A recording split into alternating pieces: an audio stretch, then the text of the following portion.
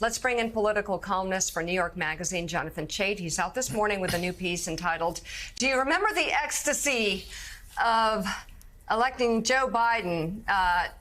How the coalition that defeated Donald Trump crumbled." And Jonathan, you write in part, quote, "It's imperative to keep Trump out of the Oval Office has become tiresome." The imperative, yeah. The imperative. Many issues have strained the alliance of convenience between Biden and the left. But what has caused the schism between Biden and the left to crack wide open is the conflict between Israel and Hamas. Political passion is all on the side of extremism. Normalcy feels spent, enervating, and this has encouraged former members of the anti-Trump coalition to gravitate toward other concerns that animate them. An important number of Americans who once found Trump intolerable have either forgotten how awful he is or have some strange craving for his return. Biden is often described as lacking energy, but it is not the president who is exhausted. It is us. I wonder, Jonathan, J.B. Lass wrote in The Bulwark that the more people see Donald Trump, the more they're reminded of Donald Trump. I will say, I think the more they see this Donald Trump that they haven't seen in 4 years, and that's for those of us that don't talk about politics for 4 hours a day or write about it like 12 hours a day, they're going to see actually a more radical, a more exhausted, more tired, more spent Donald Trump playing the hits from 8 years ago. I'm not so sure that's going to age too well. Maybe I'm whistling past the graveyard. I don't think so. Why? But you bring up a great point, really great point about what the Israel-Hamas war has done to the base of the Democratic Party. Right, and not just that. There's this very paradoxical response that's come out of this crisis, which is that the most pro-Israel moderates and the most anti-Israel leftists have all decided that what they want from this is to elect Donald Trump. Right, the left is saying we need to punish Joe Biden for supporting Israel. And we're going to elect Donald Trump, and we'll live with that.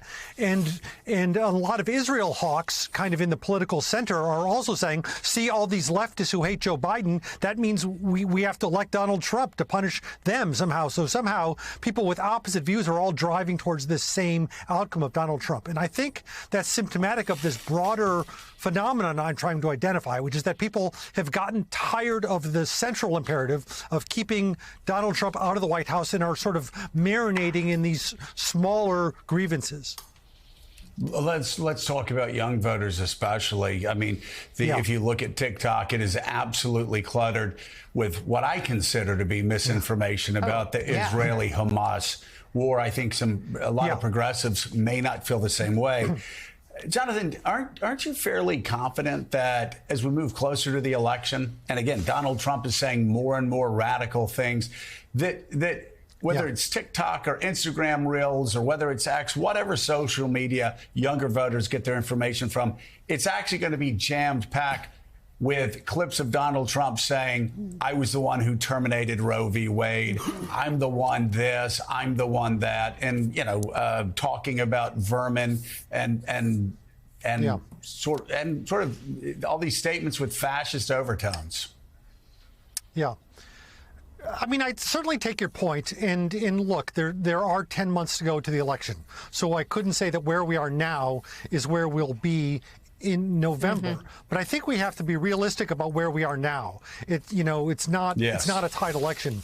Trump is winning in the swing states. The last poll I saw in Georgia, he was up by 8 points in Georgia, and 5-6 points in places like Michigan. So where we are now is Trump winning. So what I try to do is assess the kind of cultural political moment of what's happening now, what brought us to this point now, and then you can try to figure out what's going to have to happen between now and November to change that. You know who agrees with the concept that President Biden has a base problem? President Biden's reelection campaign. They're pretty candid, Molly. They actually feel pretty good about where they are with independent and swing voters, which is not usually where an election is fought, this far out. That's where usually that's the contest. And right now, to all the points we've just been making, they feel like those voters aren't going to break back to Trump. They are worried about turnout and base. Young people, voters of color, progressives.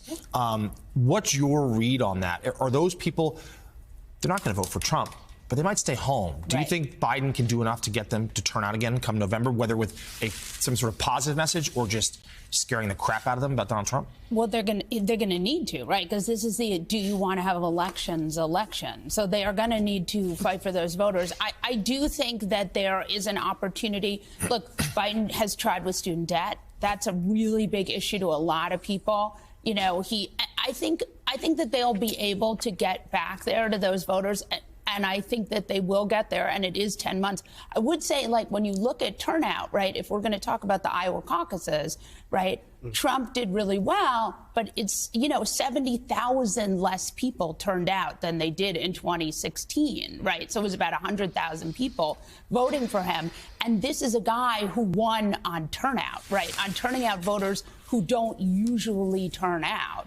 So I think it's worth thinking, like, this is a guy running on the zeal of the base. And if the base is, like, not going to go out because it's snowing in Iowa, where it usually snows, I think that's worth thinking about.